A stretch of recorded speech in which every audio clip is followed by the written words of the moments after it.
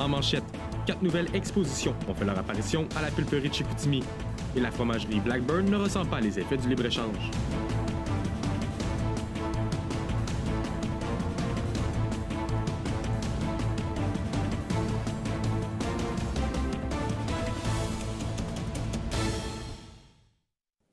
Mesdames et messieurs, bienvenue à ce web journal de ce jeudi 7 février 2019.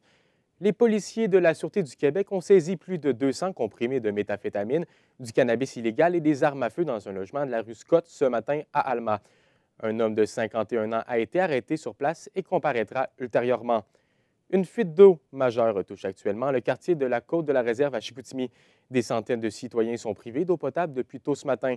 On écoute à ce propos la porte-parole de la Ville de Saguenay, Marie-Hélène Lafrance. À l'heure actuelle, nos équipes travaillent sur les rues Jobin et Coulombe. Ce sont 17 personnes, 17 maisons qui sont privées d'eau jusqu'à 18 heures ce soir. Ce sont 4 nouvelles expositions temporaires qui ont été présentées ce matin à la pulperie de Chicoutimi. Elles abordent d'abord les œuvres de papier de Claude Lafortune, les photos des Jeux olympiques de Pyeongchang prises par Bernard Brault, ainsi que l'école apostolique et les sœurs antoniennes de Marie. Anne-Laurie Asselin. L'école Papier-Ciseaux met en vedette les réalisations de l'artiste Claude Lafortune. De nombreuses personnalités ont été recréées grâce à de petites lanières de papier. C'est le cas notamment de Jeanne d'Arc, Jeanne Mance, Samuel de Champlain et bien plus. Bernard Brault, pour sa part, présente la sélection de ses meilleures photos prises lors des Jeux olympiques. Des moments forts en émotion tapissent un grand mur de la pulperie. Une autre exposition met en lumière l'histoire de l'école apostolique et de la congrégation des sœurs antoniennes de Marie de Chicoutimi. 2 d'entre elles ont d'ailleurs découvert le résultat final aujourd'hui. La supérieure générale des Antoniennes, Ginette Laurando, a été agréablement surprise par le résultat final. On reconnaît nos objets, mais je vous dis qu'ils sont très bien mis en valeur.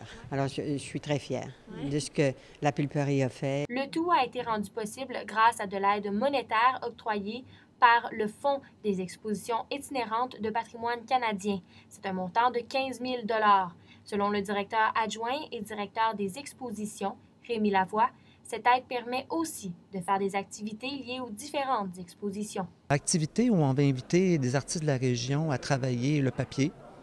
On va tenter d'avoir M. Claude Lafortune aussi. Si on l'avait, ce serait bien. Faire une conférence. Les gens sont invités à venir visiter les 4 dernières expositions à la pulperie de Chicoutimi qui sont bien différentes les unes des autres. Ici Anne-Laurie Asselin, ATM, Saguenay. Des étudiants montréalais espèrent rallier leurs camarades de tout le Québec lors d'une grève mondiale pour l'environnement prévue le 15 mars. Une jeune initiative qui fait écho dans la région. Anne-Sophie Gravel, de quoi est-il question exactement? Oui, Alex. Donc, tout a commencé en décembre lors de la Conférence mondiale sur le climat en Pologne. La jeune Greta Thunberg, une jeune étudiante suédoise, a fait un long plaidoyer touchant sur l'environnement, s'adressant à tous les gouvernements de la Terre et demandant aussi à ses camarades écoliers de faire une grande grève mondiale pour l'environnement. Et c'est ici que l'Université de Montréal entre en scène. Le 16 janvier, ils ont décidé de faire un regroupement nommé La Planète s'invite à l'Université de Montréal afin d'eux aussi de se joindre au mouvement puisque d'autres élèves en Europe avaient déjà commencé à faire des grèves lors du temps des fêtes. Ce genre de mouvement étudiant est vraiment bénéfique pour des causes comme l'environnement, selon la coordonnatrice aux affaires environnementales de l'Association des étudiants et étudiantes du Cégep de Jonquière, Julie Grégoire. On a vu dans l'histoire en général que c'est bon que les étudiants s'en mêlent, puis c'est important de montrer que les étudiants, c'est l'avenir. C'est important de montrer que ça nous concerne tous, puis que nous, en tant qu'étudiants, on trouve ça important. On aimerait que le gouvernement fasse quelque chose. Et là, est-ce que les étudiants de la région sont intéressés à participer à ce mouvement-là? Oui, donc l'Université de Montréal ne s'entend pas s'arrêter seulement aux Montréalais. Il veut vraiment que toutes les universités et tous les cégeps québécois les rejoignent lors d'une grande manifestation le 15 mars 2019. Donc, bien sûr, ils vont approcher différents cégeps et universités. Ils vont d'ailleurs le faire demain lors d'une conférence de presse. L'UQAC n'a pas eu le temps d'en parler, donc ils n'ont pas pu répondre à nos questions. Mais le cégep de Jonquière est bien sûr très intéressé à faire partie de ce mouvement. Et encore, selon Julie Grégoire, c'est vraiment bien de représenter toutes les régions lors de ces grands déploiements. C'est sûr qu'il faut choquer le gouvernement pour qu'il nous entende. Donc peut-être que si on se rallie tous, on serait plus fort et il verrait qu'il n'y a pas juste Montréal, qu'il y a tout le monde au Québec justement qui veut agir pour ça, que ça nous préoccupe tous. Merci Anne-Sophie. Ça fait plaisir. Le conseiller municipal Marc Peterson demande au ministère des Transports d'annuler la démolition de l'ancienne bretelle du boulevard Saguenay donnant accès au pont. Cette requête vient à la suite d'un accident sur le pont mercredi soir qui a causé de l'embouteillage pendant une quarantaine de minutes. Marc Peterson affirme que tous les conseillers municipaux de Chicoutimi le soutiennent. La Fédération des transporteurs par autobus a donné le coup d'envoi lundi à la 31e campagne de sécurité en transport scolaire M'as-tu vu? Mon collègue Anthony Toupin s'est entretenu avec le représentant du comité en sécurité en transport scolaire à la commission scolaire de la Jonquière, Michel Tremblay. Monsieur Tremblay, bonjour. Bonjour, Anthony. Tout d'abord, en quoi consiste la campagne M'as-tu vu? La campagne M'as-tu vu, c'est le regroupement des transporteurs par autobus du Québec qui sont mis ensemble pour sensibiliser la population à l'importance de la sécurité en transport scolaire au niveau du Québec. Donc, on réussit à avoir une bonne sécurité dans le transport scolaire puisqu'on fait un bon travail au niveau du Québec, là, côté sensibilisation. Vous êtes vous-même chauffeur d'autobus. Oui, à l'occasion. Oui. Directeur général d'Interbus Transport de Saint-Ambroise. Est-ce qu'au fil des années, vous avez remarqué une baisse au nombre d'infractions au Code de la sécurité routière en lien avec le transport scolaire? Il n'y a pas une baisse des infractions, il n'y a pas une hausse non plus. C'est un niveau que je dirais qui se maintient. Par contre, on réussit, comme je vous disais tout à l'heure, à avoir un bon niveau. C'est parce qu'on travaille fort au niveau de la population, des élèves à bord des autobus, les usagers de la route, afin que tout le monde soit sécuritaire aux abords d'un autobus scolaire. Donc, on peut dire que les nombreuses campagnes de sensibilisation là, depuis 1988 ont porté fruit. Oui, effectivement, ils ont porté fruit. Je vous dirais que le bilan routier au niveau du Québec, depuis 1986, il n'y a aucun accident mortel à bord d'un autobus scolaire. Donc, on est fiers de ce bilan-là, puis on travaille fort pour le garder. Est-ce que la présence policière aux abords des zones scolaires est suffisante, selon vous? La présence policière est suffisante. Il y a un travail continu à faire. Je crois que le service de police de Saguenay travaille fort avec nous autres. On est impliqués dans des comités. Eux sont présents aux abords des écoles afin de sensibiliser les parents à faire attention aux abords des écoles.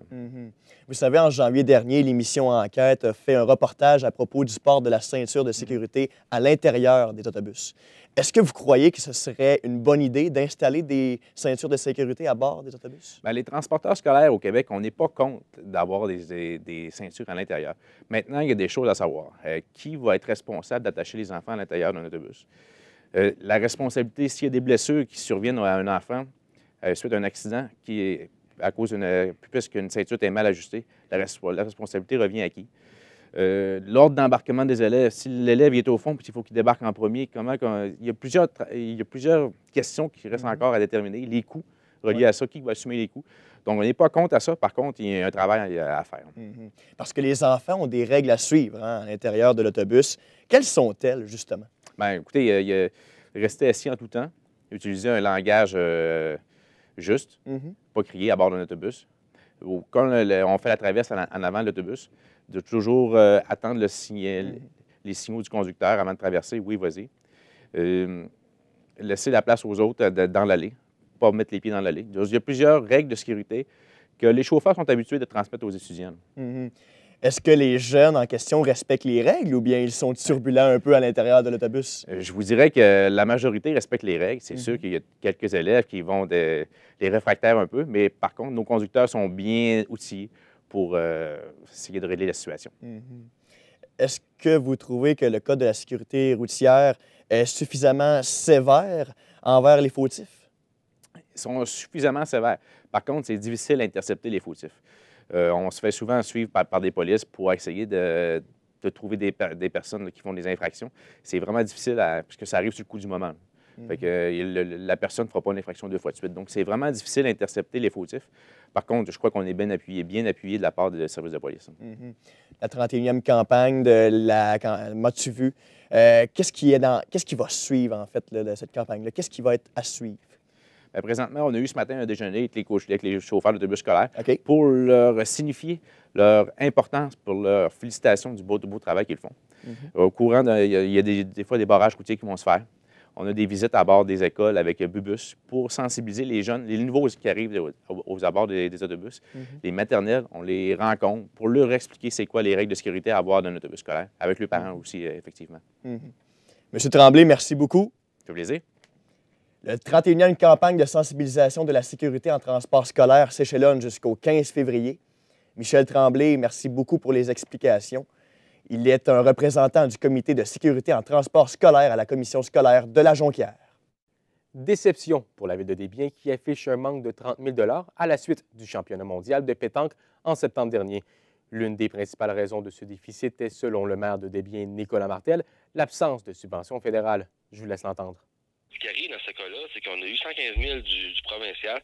Quand c'est des gros championnats mondiaux de même, qu'on accueille beaucoup de pays, normalement, il y a toujours des fonds disponibles. Quand on regarde les fonds au niveau des événements sportifs internationaux, notre activité corrait directement dedans. Donc, ça nous aurait vraiment aidé à avoir eu 40-50 000 de la part d'Ottawa. La fromagerie Blackburn n'a pas subi de répercussions majeures sur ses activités à la suite de l'allègement des quotas d'importation de fromage européen dans l'accord de libre-échange Canada-Union européenne. Mon collègue Mathieu Baume s'est rendu sur place afin de voir comment se passe une journée typique dans les installations. On se retrouve à la fromagerie Blackburn, une fromagerie artisanale située à Jonquière.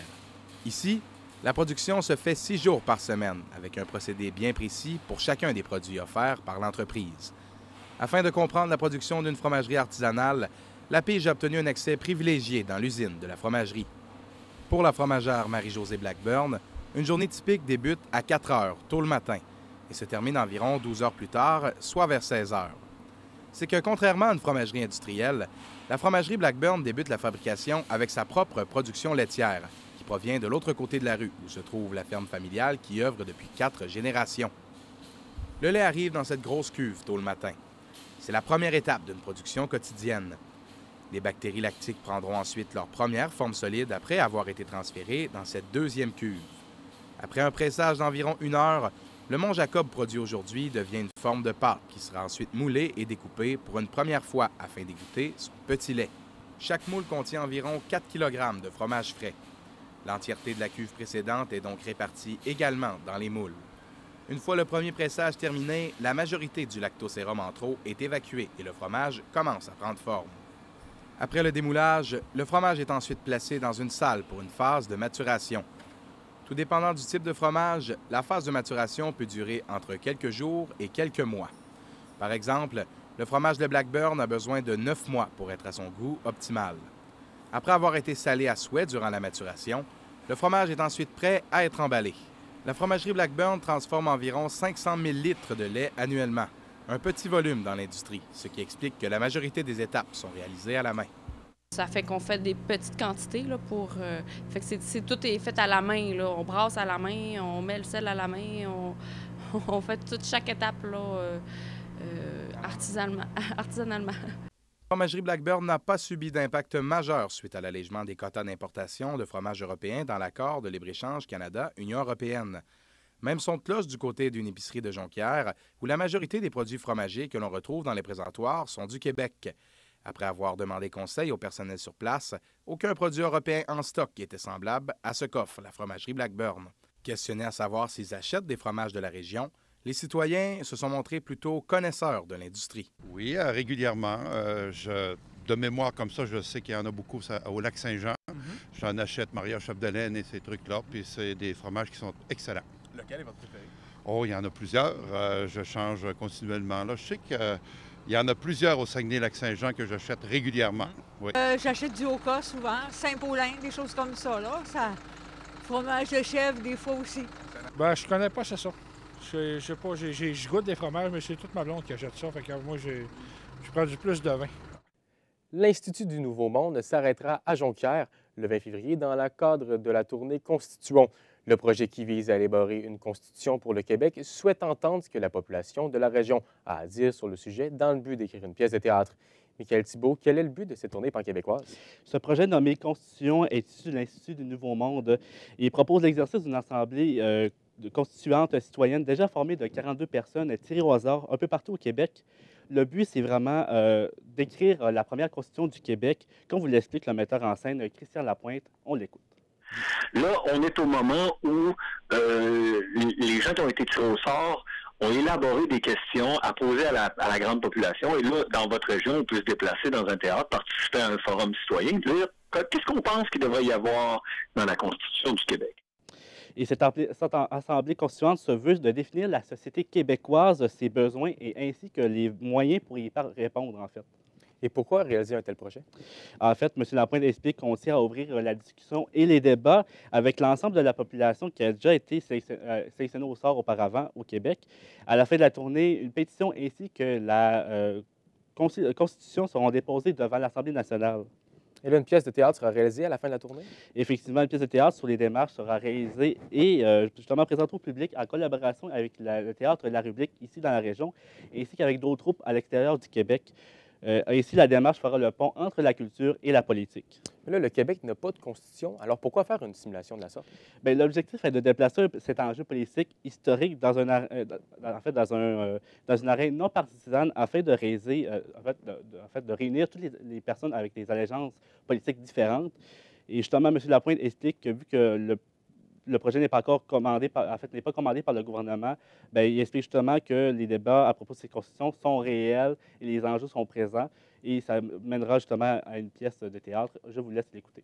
Responsabiliser les législateurs, les politiciens qui sont élus, de sonder la population du Québec, voir si la population accepterait les articles d'un tel texte de loi fondamentale pour le Québec.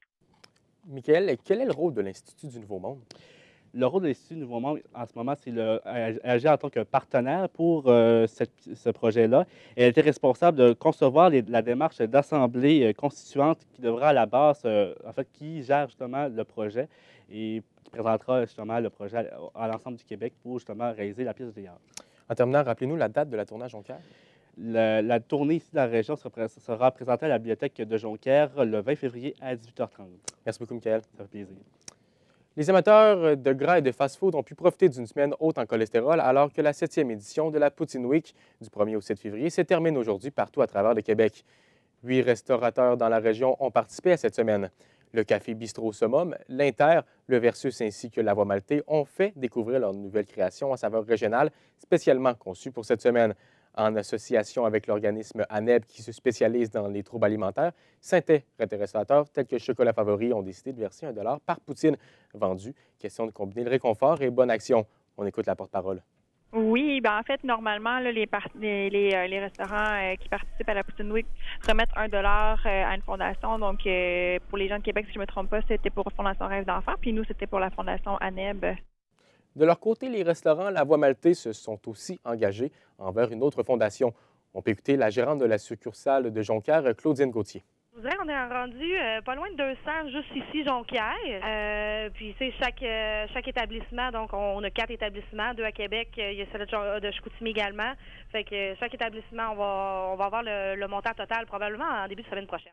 Une conférence organisée par la firme Kane Lamar donnait aujourd'hui des conseils financiers, spécialement pour les agriculteurs. Le jargon peut parfois être compliqué à comprendre et c'est pourquoi les fiscalistes et agronomes du groupe Multiconseil agricole du Saguenay-Lac-Saint-Jean ont invité les producteurs régionaux à venir poser leurs questions. Camille Lalancette, qu'est-ce qui a été abordé?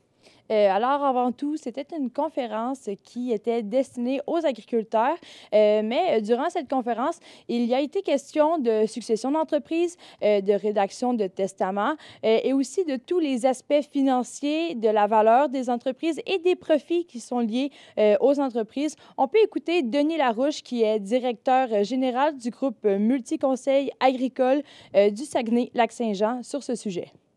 Les producteurs puis tous les chefs d'entreprise sont aux prises avec des situations comme ça qui peuvent arriver dans la gouvernance de leur ferme. Comment gérer ses assurances-vie pour pérenniser ton entreprise aussi? C'est drôlement important parce qu'il y a beaucoup d'avoirs dans les entreprises agricoles. Il a été aussi question de choisir les relèves parce que souvent, elles sont choisies à même les familles. Et là, quelles autres personnes ont été visées par cette conférence? Il y a aussi les intervenants, ceux qui gravitent alentour des entreprises agricoles et qui sont là pour conseiller les producteurs. Alors, on peut penser aux notaires, aux fiscalistes, aux agronomes. Il y a aussi la famille qui sont des acteurs importants pour le bon fonctionnement d'une entreprise agricole. Mais là, les agriculteurs doivent gérer la comptabilité, la production. Ne sont-ils pas alors des hommes et des femmes d'affaires un peu? Oui, on connaît le modèle de la famille, de la ferme familiale qui est léguée de famille en famille. Mais maintenant, c'est encore la même chose, sauf que les fermes valent en moyenne au Saguenay-Lac-Saint-Jean 3 millions de dollars. Alors, c'est quand même des entreprises d'une grande valeur. C'est pour cette raison que c'est important d'avoir une consultation externe pour pouvoir bien gérer les actifs. On peut écouter M.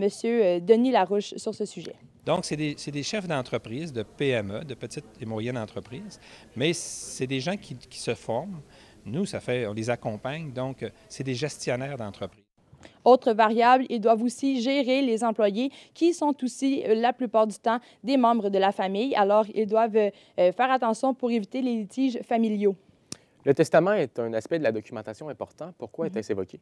Bien, comme je le disais plus tôt, on sait que les entreprises familiales et agricoles valent beaucoup. Ils ont une grande valeur. Alors, c'est pour cette raison que c'est important de choisir judicieusement la façon dont le legs va être administré. Donc, on doit en principe, prendre la charge de la ferme, on va décider qui va être la relève. Ensuite, voir aussi la portion de l'héritage avec les assurances-vie. De quelle façon est-ce que le montant va être séparé entre les enfants et tous les autres membres actifs de la ferme. On peut écouter Denis Larouche sur le sujet. Encore des entrepreneurs qui n'ont pas de testament, tu sais, puis que je leur dis, mais vous prenez des risques. Puis vous ne savez pas quel impact fiscal que ça peut occasionner. Si je n'ai pas d'héritier puis je donne tout à mon frère, les gens pensent qu'il n'y a pas d'impôt. Quand c'est en compagnie, c'est faux. Il peut y avoir des charges fiscales importantes. Le directeur général rappelle aussi d'établir une discussion pour clarifier le legs. Merci Camille. Désolée, ça fait plaisir. Les festivaliers pourront voir les mascottes de la course des Tucs et une démonstration de voitures téléguées lors de la deuxième fin de semaine de Saguenay en neige. Après une première fin de semaine satisfaisante, le festival offrira plusieurs autres activités familiales aux participants. Gabrielle Poulain s'est entretenue avec la directrice générale de Saguenay-en-Neige, Christine Basque. Bonjour. Alors, qu'est-ce qui attend les participants pour cette semaine? Pour la deuxième fin de semaine, en fait, qui s'amorce déjà dès demain soir.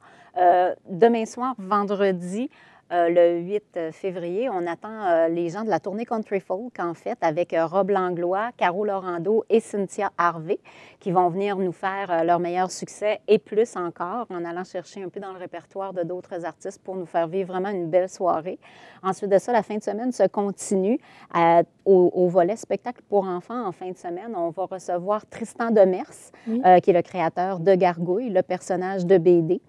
Qui vient jouer beaucoup avec le créatif puis l'imaginaire des enfants dans son volet spectacle à partir d'un gribouillis d'enfants, vient chercher un résultat de créature à rechercher dans le cadre d'une enquête fantastique, devrait susciter beaucoup d'intérêt. On va avoir aussi en fin de semaine la course du défi des 1000 flocons. En fait, c'est une course à obstacles familial qui invite toutes les familles à venir faire de l'exercice dans un parcours avec des obstructions diverses pour avoir un plaisir. On a invité pour l'occasion les mascottes du film La course des Tucs. Alors, il va y avoir 4 personnages du film qui devraient être sur place demain et toute la fin de semaine durant. On va avoir aussi dimanche les bolides de chez RC Saguenay qui vont venir parcourir un parcours. On parle de bolides téléguidés. Alors, je pense que pas seulement les jeunes, mais même surtout, je dirais, les papas, là, entre guillemets, là, ou ceux qui aiment les bolides vont être très intéressés par l'activité. Oui, oui. Super. Oui, on a les matinées des petits frileux aussi dimanche matin par les professionnels de chez Dessert qui viennent faire bricoler nos enfants. Alors, une panoplie d'activités encore, sans oublier que cette année, on a la tyrolienne aller-retour de 200 pieds d'envergure. Alors, cette année, c'était notre effet wow parce qu'on était dans la 35e édition. Alors, ça nous permettait d'avoir un effet nouveauté pour souligner l'événement. Il y a les incontournables qui sont de retour, la tyrolienne des neiges, notre super glissade. On a aussi en nouveauté dans le coin Vitalité de Tim Hortons l'équipe du pavillon sportif de l'UQAC qui viennent faire bouger en fait la population en leur donnant des conseils santé pour une bonne prise en charge de leur santé physique. Oui, donc plein d'activités pour tous les âges. Combien de participants, savez-vous combien de participants est-ce que vous allez accueillir? Normalement, les statistiques passées nous parlent d'environ 100 000 personnes par année qui passent sur le site. Or, c'est bon que vous souleviez le point parce que, étant donné que c'était la 35e édition cette année, on en a profité pour faire une étude d'achalandage pour justement mettre un nombre plus récent sur le taux de fréquentation parce que la dernière étude datait de presque 5 ans. Donc, on va avoir des chiffres plus véridiques bientôt sur le taux de fréquentation. Ça va être intéressant de découvrir ça. Super. D'ailleurs, parlant de participants, il y a des écoles et il y a des garderies qui viennent vous visiter au courant de la semaine. Quelle est l'importance que vous accordez un petit peu à sortir ces jeunes-là du cadre familial, de sortir des écoles, des garderies pendant la semaine? Bien, nous, on trouve ça intéressant, le lien qu'on a avec les écoles et avec les garderies parce que, comme vous le savez, dans notre volet de concours, on a aussi un volet scolaire. Donc, on trouve ça intéressant que les jeunes puissent se déplacer pour venir voir qu'est-ce que leurs collègues ont réalisé de différentes écoles. On pense aussi que ça peut être inspirant pour eux dans les années futures de pouvoir s'inscrire au concours en voyant qu'est-ce qui est possible de faire en n'étant pas des professionnels, en étant au niveau scolaire, en évoluant avec les arts plastiques.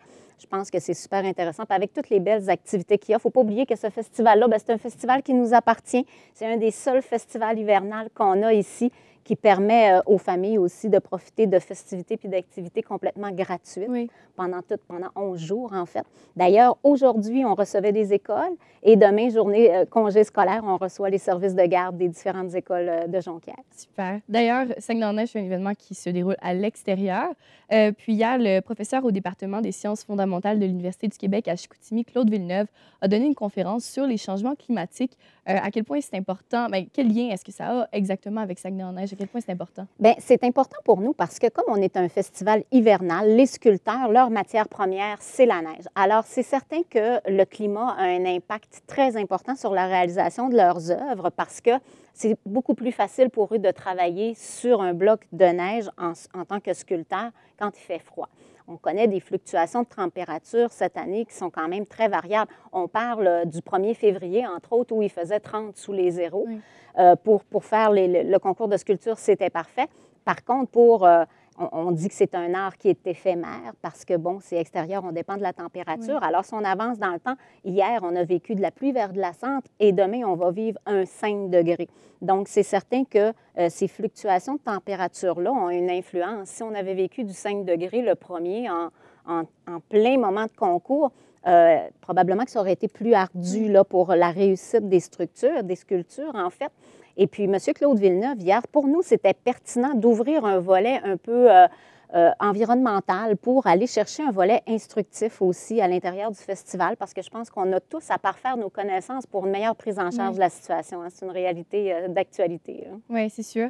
Mais justement, comme vous le dites, le temps varie beaucoup. À un moment donné, il se réchauffe, l'hiver prend fin. Qu'est-ce qui arrive avec les sculptures une fois que l'événement est terminé? En fait, comme nous, on collabore avec la Ville pour l'emprunt du site, si on veut, le 10, l'événement va se terminer avec le tirage de notre fameuse loto flocon. D'ailleurs, les billets sont en vente présentement sur le site et au magasin Canadian Tire de Jonquière, qui sont nos présentateurs officiels.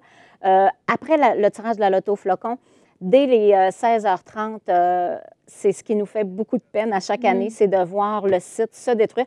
C'est important par mesure de sécurité parce que, comme on le dit, à partir du moment où la température commence à faire fondre les structures, entre autres, il y a la géante qui a une envergure de 25 pieds de hauteur, le risque d'accident serait trop élevé et l'entretien du site et la gestion de la sécurité aussi. Donc, comme toutes les activités s'arrêtent, le site doit être complètement détruit par la Ville. Oui, pour question de sécurité, c'est sûr. Oui, c'est ça. Vous parliez de la loto flocon.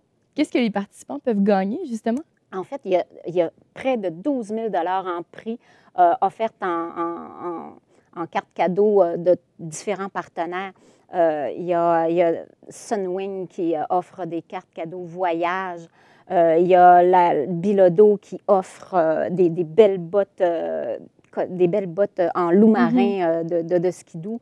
Il y a Tanguay qui offre 2 certificats de 1 000 d'ameublement ou de toutes sortes de cadeaux, en fait, super diversifiés. Oui, vraiment, il y a beaucoup de choses. Je m'en voudrais d'en oublier et de risquer d'essayer de tous les nommer de mémoire. Mais je vous le dis, c'est très intéressant. Au coût de 5 $, c'est aussi ce qui nous permet de sauter en jump pile, le billet de la loto flocon. Alors, je vous invite à vous en procurer un parce que les prix, vraiment, là, c'est intéressant.